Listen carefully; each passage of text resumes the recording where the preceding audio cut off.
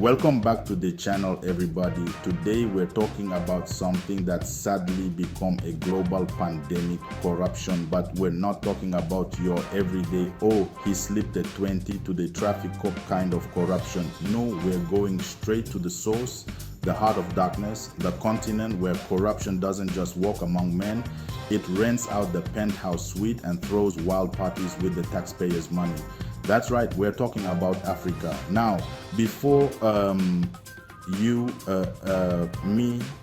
the comments, I'm not saying Africa is uniquely corrupt. Corruption exists everywhere. Believe me, I've seen enough episodes of House of Cards to know that. But today we're focusing on the top 10 most corrupt countries in Africa according to, well, everyone who tracks these things. We're going to unpack why these countries are stuck in this cycle and what it means for the people trying to build a life there. Buckle up, folks. It's about to get real. Coming in at number 1 on our corruption hit parade is Somalia. And let's be honest, folks, did anyone think it would be anyone else? Somalia has been in a perpetual state of everything is on fire for decades now.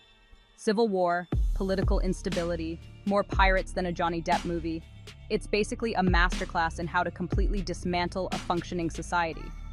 And in this chaotic vacuum, corruption thrives. We're talking about corruption so ingrained, it makes your average corrupt politician look like a choir boy. Think about it. When you have a country where warlords and terrorist groups like Al-Shabaab are calling the shots, do you really think they're concerned about things like transparency and accountability? These guys are literally bribing their way to power and siphoning off international aid money that's supposed to be helping people. It's like a real-life Mad Max movie, except instead of gasoline, they're fighting over sacks of cash. Next up on our corruption safari, we have South Sudan, the world's youngest nation, and boy are they going through some growing pains. You'd think a country born in the 21st century would be immune to the old-school corruption bug. But nope. They went full-on hold my beer on this one. Since gaining independence in 2011, South Sudan has been drowning in oil money. You know, that black gold that's supposed to bring prosperity and development. Well, in South Sudan, it's more like a curse. The political elite basically treat the national treasury like their own personal piggy bank. We're talking billions of dollars vanishing into thin air. And you know what they get for it? A front row seat to a brutal civil war, rampant poverty, and more hunger than a buffet line at a hippopotamus convention. Coming in at a solid number 3 is Equatorial Guinea. Now, this tiny nation might be small, but it's big on two things: oil and corruption. I mean, we're talking Olympic-level corruption here, folks. They should give out gold medals for this kind of brazen theft. President Teodoro Obiang Nguema, and let's be real, the whole Obiang clan, have been running the country like their own personal ATM for over 40 years. This family is basically the Kardashians of corruption. They've got more mansions, sports cars, and designer shoes than they know what to do with, all while their people are struggling to find clean drinking water.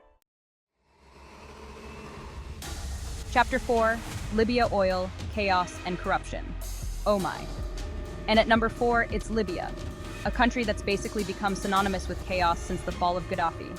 Remember those heady days of the Arab Spring? Yeah, Libya didn't exactly get the memo on how to transition to a democracy.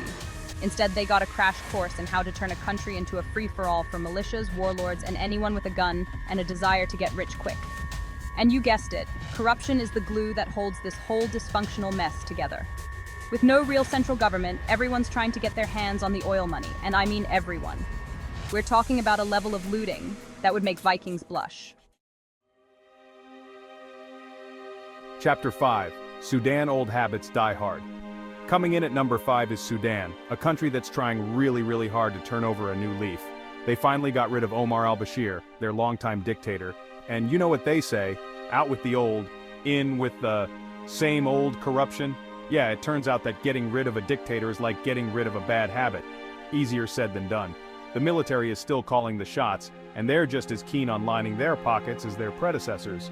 Oil, gold, you name it, if it generates revenue in Sudan, you can bet your bottom dollar that someone somewhere is skimming off the top.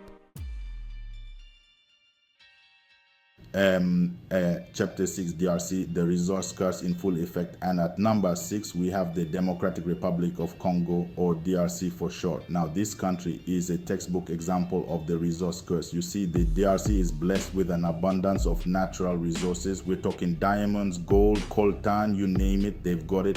But here's the catch-22. All those riches have made the DRC a prime target for exploitation.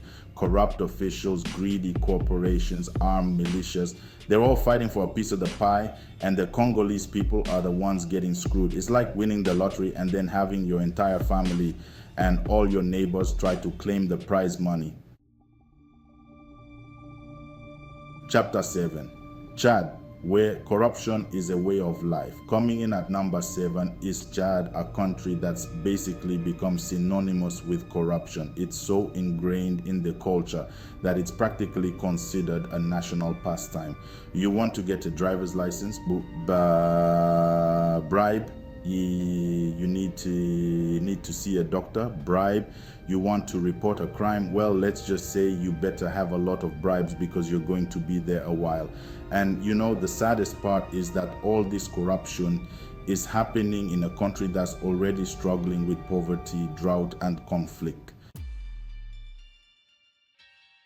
Chapter 8, Guinea-Bissau, the narco state next door. And at number 8, we have Guinea-Bissau, a country that's become a poster child for the term narco state. You see, Guinea-Bissau is strategically located on the West African coast, which makes it the perfect transit point for cocaine heading to Europe from South America.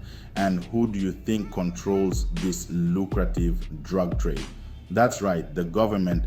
Well, not officially, of course, but when you have high-ranking official police officers and even the military on the payroll of drug cartels, it's pretty clear who's calling the shots. Chapter 9, Burundi, corruption amidst crisis. Coming in at number 9 is Burundi, a country that's been through the ringer in recent years.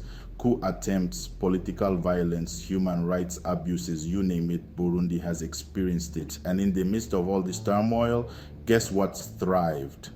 You got it, corruption. When your country's in a constant state of crisis, it's easy for corrupt officials to operate in the shadows, siphoning off funds and abusing their power. And that's exactly what's been happening in Burundi. Chapter 10, Comoros, small island, big corruption. And last but not least, at number 10, we have Comoros, a small island nation off the coast of East Africa. Now, you might think that a country with such a laid-back vibe would be immune to the scourge of corruption, but you'd be wrong. Corruption in Comoros is like a tropical disease. It's always lurking in the background, ready to infect the entire system. From petty bribes to grand schemes of embezzlement, corruption has become a way of life in Comoros, hindering development and keeping its people trapped in poverty. Outro, the fight continues. So there you have it, folks, the top 10 most corrupt countries in Africa. Now, I know what you're thinking. This is depressing. Why even talk about it? Well, because ignoring the problem won't make it go away. These countries and countless others around the world are being held hostage by corrupt systems that prioritize personal gain over the well-being of their citizens. But it's not all doom and gloom. There are people and organizations working tirelessly to combat corruption and promote transparency and accountability. And that's something worth fighting for. So the next time you hear about corruption, don't just shrug your shoulders and say, that's how it is. Get informed, get involved, and get involved, and let's work together to create a world where corruption is the exception, not the rule.